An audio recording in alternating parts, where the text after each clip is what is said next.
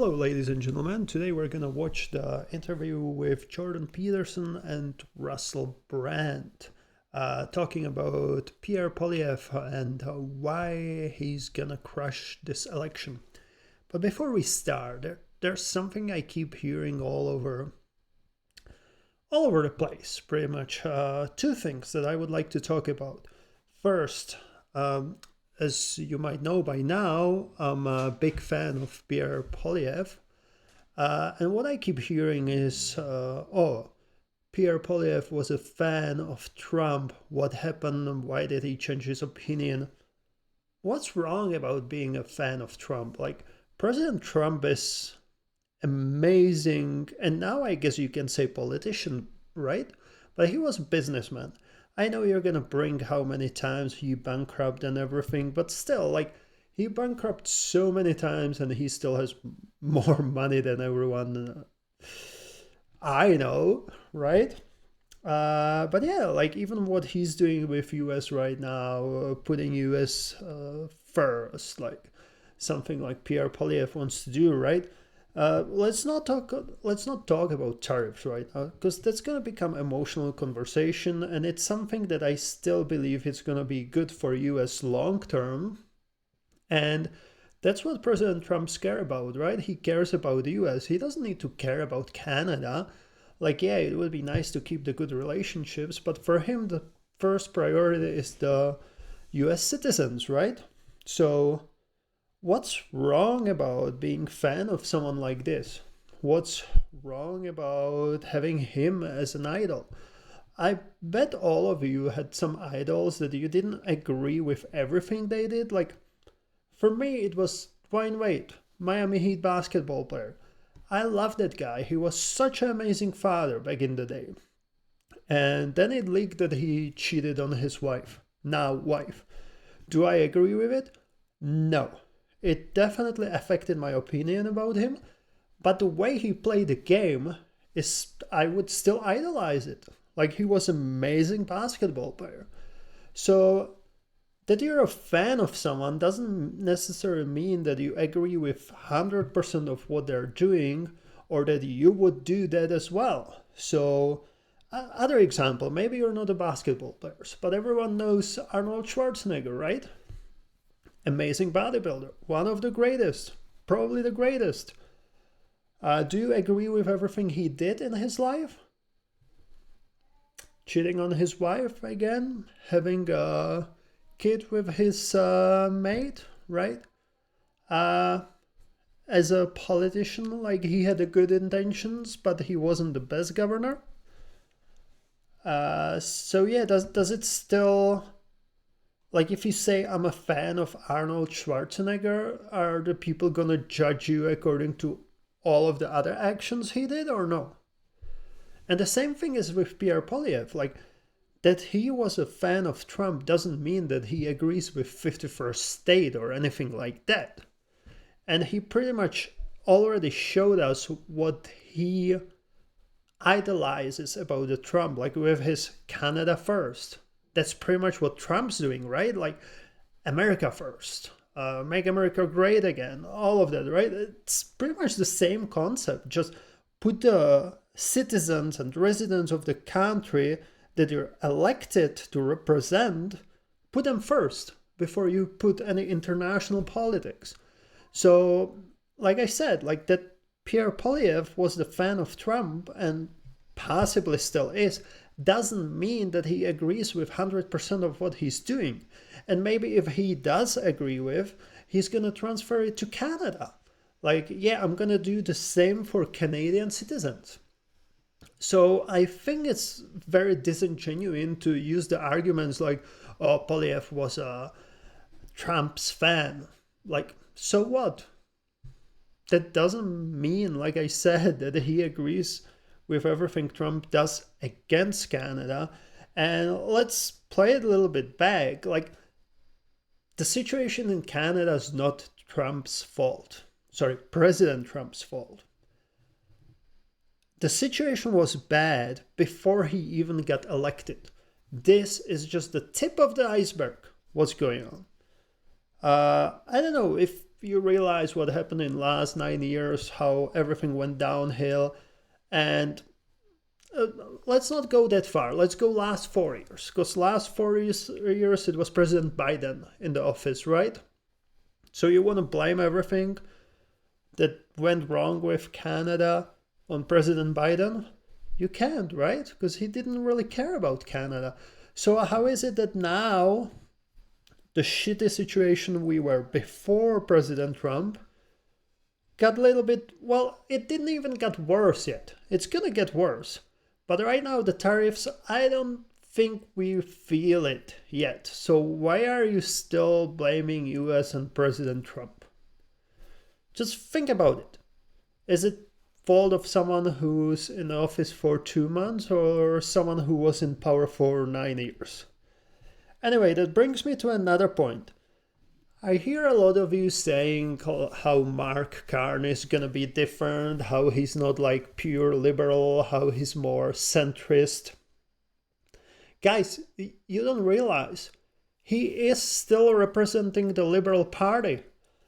And even if he has, let's say, better opinions than Trudeau, he still has to follow the values and agenda of the Liberal Party. And even if he didn't have to, he's not the one who's introducing the bills. Like if Liberals put in some crazy laws and bills, Canadian Prime Minister doesn't even have a power to veto these bills. Like he just has to agree with it.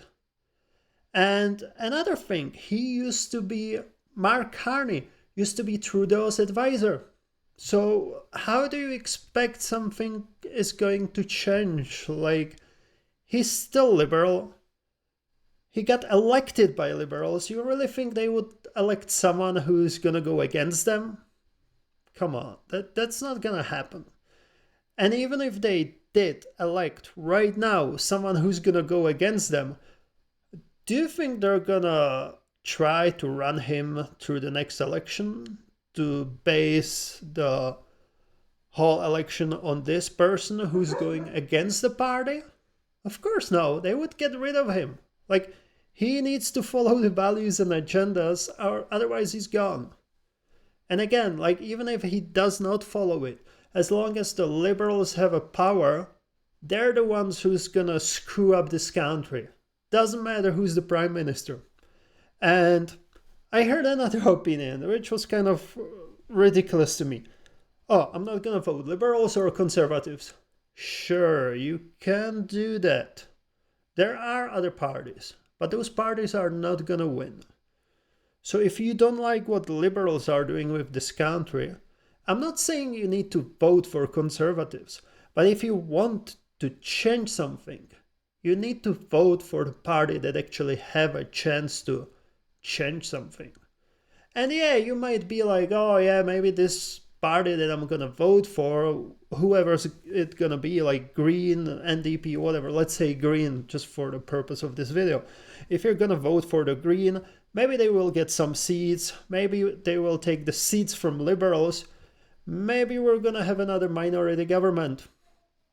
But as long as the liberals win, we're still in the same situation like now. Doesn't matter how many seats they're gonna have. If they're gonna have more seats than everyone else, nothing's gonna change. So yeah, like, I understand. I was in this situation back in my country, being young, being full of ideals, and yeah, let's vote for this party because it really represents what I love, what I believe in. But then you realize, first of all, most of the time they're all the same. Like, they hang out in the same pub, restaurant, and everything. They have deals under the table. In my country, at least, I believe in Canada it's gonna be the same. It's pretty much like sport. Like, they're just keep changing the teams, and they have these relationships. But whatever, right? Where I'm going with this, you can vote for this smaller party and hope that in the future they're gonna go big and change something. Most of the time it's not gonna happen. You're pretty much just wasting the vote. Like, if you're in the situation where you have a good living, the situation's good, sure, vote for the party that you want in the future to become big and represent your ideals. But if you're in the situation where you're afraid you're not going to have money for the rent, food is twice as expensive as it was 2 years ago, taxes are taking almost 50% of your salary, can you really afford to vote for something other than the change? Because this small party is not going to change anything. Anyway, before we actually watch this Jordan Peterson video, there's a short clip Pierre Poilievre shared. It's about Mark Carney talking about the carbon tax. Let's look at this. Guess what one of the requirements is to diversify trade to the European Union? Guess what one of the requirements is to diversify trade to the United Kingdom? Guess what one of the requirements will be to diversify trade to emerging Asia? Is to have a form of price on carbon. So we are able to think one step ahead. Form of price on carbon. What do you think that is? Is it a carbon tax?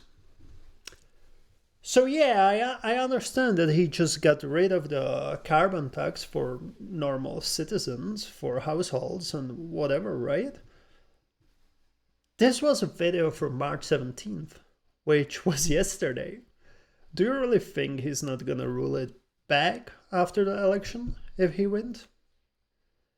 Like, we all know he had a plans to even increase it. He was huge for increasing the carbon tax while Trudeau was still in power. And now you hear him talking about this. And there's another thing, like, he cut the carbon tax for the normal households, right? Which is great. You're gonna save money on heating, let's say. On the gas, hopefully, even the prices are still up, which I thought is gonna go down by now. But anyway, so you're gonna save money on this. Well, guess what? If he cuts the carbon price or carbon tax for the commercial and industry and all of these uses, your food is gonna get cheaper. Isn't that what you want? Like, more of the stuff will get cheaper. So yeah, and that's something Pierre Poilievre wants to do. Just cut the carbon tax everywhere, in every single industry. And that's when you're gonna feel money in your pocket again. But anyway, that was just me ranting a little bit. Let's watch this Jordan Peterson and his arguments. Just to put it a little bit into perspective, this video is like 2 weeks old, so he might still talk about Trudeau, but we'll see. Did an interview with Pierre Poilievre, who's going to be the next Prime Minister of Canada in all likelihood, and he chose to speak with me in depth instead of talking to the legacy media, let's say. And it was actually rather comical from my perspective because... Do you see the resemblance to Trump? Like, Pierre Poilievre knows who to talk to. Like, President Trump talked to Joe Rogan, right? Rather than all of these, I don't want to say fake news, but legacy media who are biased as hell. He knew where to go. And here you go, Pierre Poilievre talking to Jordan Peterson. That's why he likes him. Like, they're very similar. And it's not a bad thing. All the legacy media outlets in Canada had to play catch up, which I contemplated with some degree of, inappropriate satisfaction. But there's something, so we had to talk about that because Poilievre had expressed some doubts about his performance in the discussion. He said there were many topics he didn't get to. And so we talked about that. And I said, well, the long form podcast format can't be manipulated a priori successfully, because if you come to the podcast with a set of talking points and you stick to your script, you're going to get, first of all, no one will watch you. And I've seen this with political figures. This isn't a guess. I know this is the case. No one will watch you and all the comments will be negative. That's what was great about Joe Rogan, like the 3-hour video with President Trump and 3-hour podcast with JD Vance. They were just chilling. talking about everything. Like, it didn't look scripted at all. And yet you got all of the informations you needed, right? All of the informations about how they want to change the situation, something from the personal life. Like, it was interesting. And for 3 hours, you were watching the podcast. So yeah, I feel like that's a new way of doing things rather than having a list of the questions that you need to answer. Like, we're not in school anymore. It's not a test, and we all know school can be very boring. So I really like this new format where they actually get to show the personality as well, and you can make an opinion straight away if you like them or no, even just the way they talk about policies. Because if you have just a list of the questions, you pretty much just answer. You don't put your soul into it. But if it comes all naturally, and you hear how they talk about a question and then come up with answer, it's something completely different. You have to come there knowing where you stand, but ready to follow the thread of the conversation wherever it goes. And to do that, you have to sacrifice the pre-planning. Okay, so then we might look into that more deeply, and we might say, well, now that video is predominating, let's say, over the written word, that means that might mean the reemergence of something like spontaneity over propaganda. Like, that could be the case, because the new media forms do prioritize spontaneity instead of preparation. Now, you can see that as a technological shift. You know, back when bandwidth was staggeringly expensive and every second on broadcast media cost a fortune, you could imagine that risk minimization was the name of the game and that every second had to be controlled. But that restriction is no longer present, even I did not realize that. And so that's true. What that should mean, that might mean, and that's what you're referring to, is that an entirely new form of political discourse might emerge, and that people who are capable of generating a certain degree of perspicacity and wisdom spontaneously are going to be prioritized over those who have a bent towards incentivized or instrumental manipulation. I mean, Poilievre could do that, right? He had a conversation with me. He got no questions ahead of time, none. And I mean, to be fair, nowadays, like the bandwidth and everything Jordan Peterson's talking about, that's definitely true. Like, back then you had a limited amount of time, right? Price-wise and everything. But do you think nowadays legacy media are not using it as an excuse to control the opinions and conversation? Because if you look at some of the interviews between, well, the most recent election was in the US, so I'm going to use it as an example. But some of the conversation or interviews or discussions between President Trump and Kamala Harris, or just President Trump talking to someone, did you notice how sometimes they just cut them off? Well, not them, just President Trump, right? Kamala Harris, they let her babble how much she wanted. But President Trump, sometimes they were like, oh, okay, you have only, you can reply to this, you have 1 more minute, blah, blah, blah. Like, they did not let him talk. So the question is the legacy media just living in the past, or are they trying to use this model to kind of control the opinions, to filter whatever, to kind of crowd control, to kind of censorship? Because yeah, if you don't give him a chance to explain everything, you might hear a lot of things out of context, right? So I personally think, like, what Jordan Peterson's saying about the bandwidth and everything is correct. Like, that's how it started, right? You had a limited amount of time. Even like you had the news for 30 minutes a day, and that was it every evening, right? But that's past. Like, nowadays it's different. And that legacy media are still kind of timing the candidates, and it seems like they're very biased about who gets more time. I think it's It's done on purpose, guys. So, and he was willing to go along with that. But it is really a completely different way of. Now, we've been talking to Democrats too, trying to get them on the podcast circuit. And the resistance so far has been the utter inability and unwillingness of people on the Democrat side to forego their pre-planned agenda with regards to a conversation. I wonder why. Like, if you look at most of the Democrats, like even liberals in Canada, they base most of their elections on just trashing the other candidate. Like, you saw it in the US, how they were just trashing President Trump. And you see it here, how like even Mark Carney is trying to trash Pierre Poilievre instead of saying what he's actually gonna do. And let's not forget, Pierre Poilievre has like deep ties with the US Democratic Party. So, yeah. Right.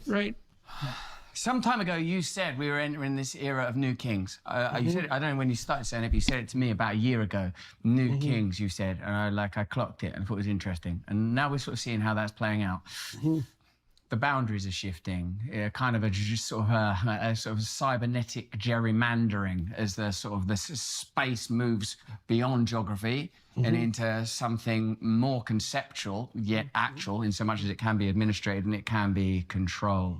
Now, to your point about spontaneity, I wonder if it's in any way ultimately distinct from the sort of Socratic idea that the spoken word had a distinct authenticity from the written. Yeah, I agree. Word. Well, and it was Socrates who decried that, if I remember correctly, right? He was afraid that if the written took primacy, that the concretization of thought would eliminate. I mean, I think Foucault wrote about that, as a matter of fact, in favor of Socrates' proposition that the spoken should take priority over the written. But it does have something to do with this paradoxical relationship between propagandizing and pre-preparation.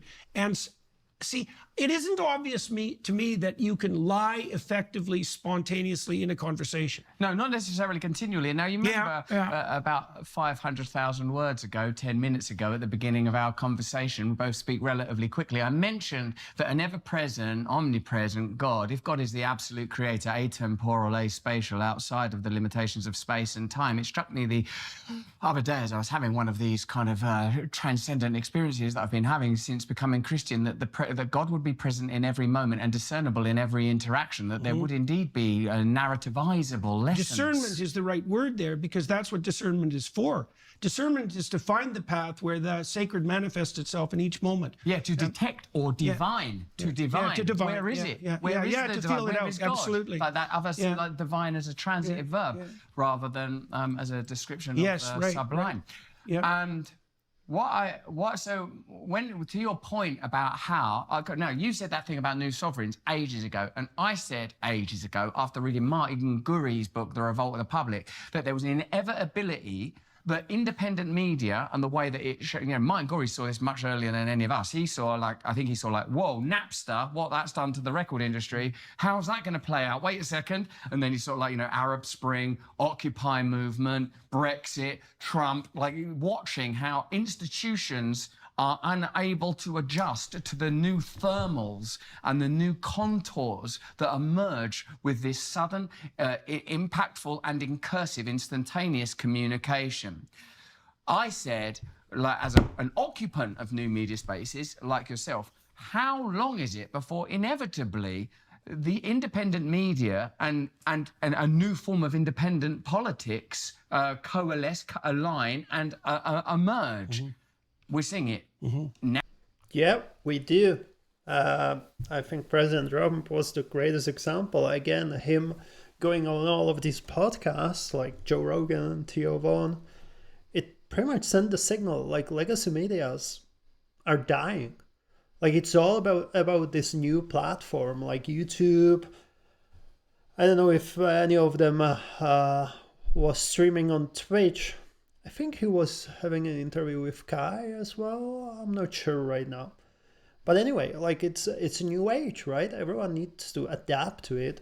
And especially since we saw it during the COVID, the whole free speech issue with legacy media, like, it's their own fault.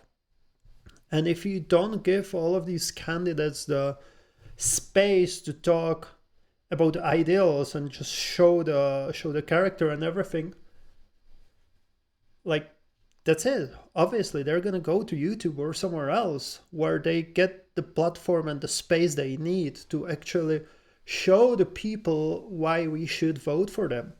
And that brings me to another point. Like,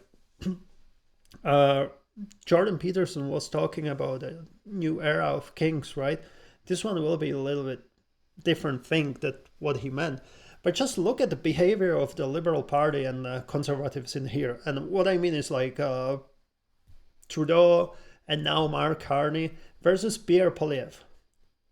I did not see Trudeau or Mark Carney to stand in the fire hall just talking to the people on a just little podium, you know? But do you know who I saw? Who's much more human like that? Let me see if I find it somewhere. Okay, never mind. I just don't want to close any of these. But Pierre Poilievre, when he goes and they called it like the first Canada first, what was it? How is it called? That word that they use with Trump, President Trump, these events he had. Canada first. Give me a second. I need to Google it because it's not gonna give me a break. Canada's first rally. Sorry, immigrant here, right? Canada's first rally. So you saw him literally being between people, answering their questions. Just him. He's politician, right? But he was so human, so approachable. No security guards around him, nothing. Just him eating apple. You know, apple a day keeps a woke journalist away. Anyway, just eating the apple that some of them brought there, some of the people who came to see him, and just answering questions.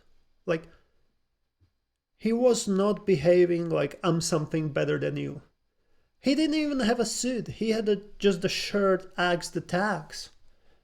And like, that's someone I feel who's gonna fight for you. Or at least right now, like, we don't know, right? Maybe he's pretending that he's on our side. But he's doing a good job. And I believe in him. I believe in Pierre Poilievre. And yeah, one thing we need to realize, and not just in Canada, but all over the world, you're voting for politicians. You're giving them the job. They are supposed to represent you. They're supposed to be your servant. I spoke about Arnold Schwarzenegger at the beginning of this video, right? The reason why he went to the politics was he wanted to improve the California. He wanted to give back to America for what he accomplished there. Like, for what America gave to him, right? So he went there, I'm gonna be your servant. Like, servant of the Californians who voted for him. And that's the attitude politicians should have. Like, they're not better than normal people. The normal people just gave them trust to represent them. And if you look at it, so many of them forget about it.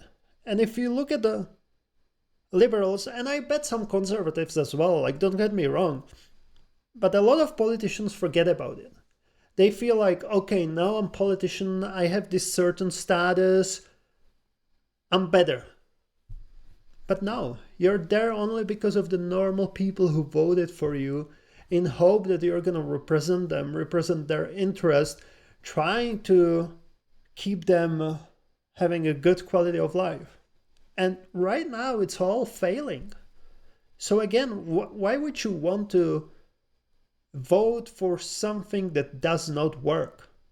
I mentioned it multiple times, but it's definition of insanity. Doing the same thing all over again and expecting different result. So why? Why would you vote for Liberals again? Because of Mark Carney, who got elected by Liberals to be their party leader and the Prime Minister at the same time, who was advisor to Trudeau when we had to deal with all of this shit, who wanted to increase the carbon tax, and now he's talking that we still need carbon tax, even though he cut it off right now before election. And like the guesses are that he's gonna bring it back after elections, and you saw him talking yesterday, March 17th, when he's talking how important the carbon tax is. And again, he cut it only for the households, which, yeah, it saves some money to households, but do you use more gas or more food? Because if he would cut it for all of the industry, all across the Canada, you would save money on food as well. Look, summer's coming. You're not going to be heating your house. You're going to be eating the food. So where are you going to feel it more? Easy as that.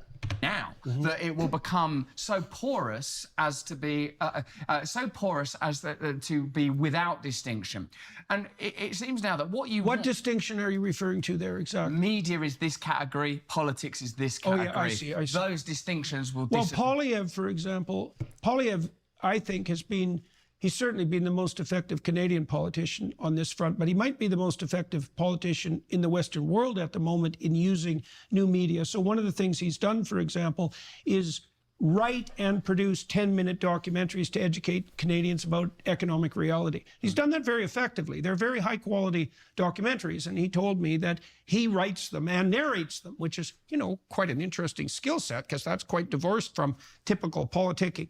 But it is... the thing is the intermediaries, in some ways, the intermediaries are no longer necessary between the leaders and the populace. This is something that the MAGA and the MAHA types are trying to work out right now from a strategic perspective. It's like, we now have the opportunity to communicate directly to the public at indefinite length, right? Because also the technological constraints that made everything compressed into a 30-second soundbite, that's gone. And so then Poilievre has been very effective at just talking directly to the Canadian public, and that's why he won the Conservative leadership. And it's part of the reason, along with Trudeau's catastrophic failure, that he's going to be the next Prime Minister. But it is a sea change, and it is driven, in large part by this technological transformation.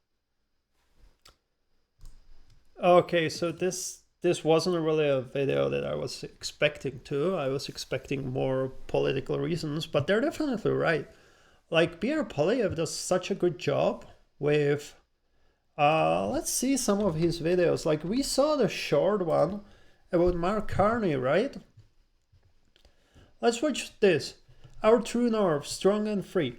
I know Jordan Peterson was talking about how now we're not limited by just 30 seconds videos.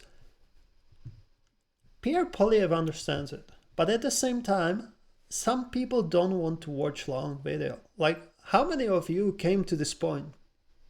1, 2? Like, no one wants to watch long video.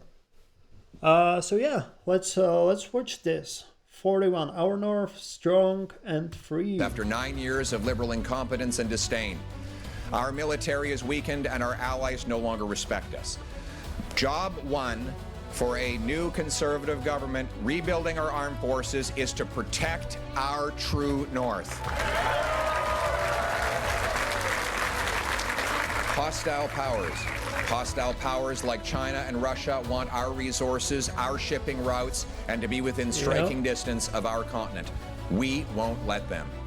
We will defend our seas, skies, and soil. We will always be the true north, strong and free. There you go. Straight away. He says what he wants to in 42 seconds, and that's it. So yeah, guys, like, what do you think about this? Is Pierre Poilievre gonna win the elections? Pierre Poilievre and Conservatives, or is it going to be another 4 years for Liberals and we're all going to lose our houses and yeah. Okay, I don't want to be this negative, but this last 4 years didn't give me any positive reasons to vote for Liberals. If you have same opinion about it, again, vote for Conservatives. If you like the video, please subscribe and see you next time.